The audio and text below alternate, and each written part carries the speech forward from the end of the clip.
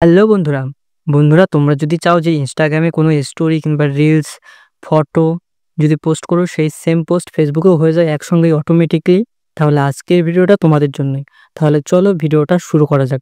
তো সবার প্রথমে এখান থেকে ব্যাকে যাবে। ব্যাকে আসার পরে তোমরা যে আইডিতে অন করতে চাও সেটিংটি, তার মানে সেই আইডিটি ওপেন করবে। তারপরে আইডিটি ওপেন করার পরে তোমরা এই প্রোফাইল অপশন আসবে, তারপরে থ্রি ডটে ক্লিক করবে। থ্রি ডটে ক্লিক করার পরে নতুন একটি ইন্টারপেজ আসবে। তো একটু নিচের দিকে আসতে হবে।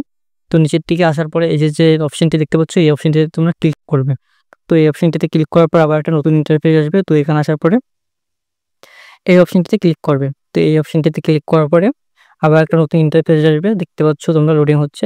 তো লোডিং হওয়ার পরে দেখতে পাচ্ছ ইউর ইনস্টা পোস্ট আর ইউর স্টোরি আর রিলস, ঠিক আছে। তো আমরা এইগুলো যদি তিনটে অপশন অন করে দিই, ঠিক আছে, তাহলে আমাদের যে ইনস্টাগ্রামে পোস্ট করব সেটাও আমাদের ফেসবুকে যাবে, যে ইনস্টাগ্রামে রিলস আপলোড করবো সেটাও আমাদের ফেসবুকে যাবে, যেটা আমরা ইনস্টাগ্রামে স্টোরি দেবো সেই ইনস্টাগ্রামে স্টোরিটাও আমাদের ফেসবুকে যাবে। মানে আমাদের এক জায়গায় আপলোড করলে সব জায়গায় আপলোড হয়ে যাবে।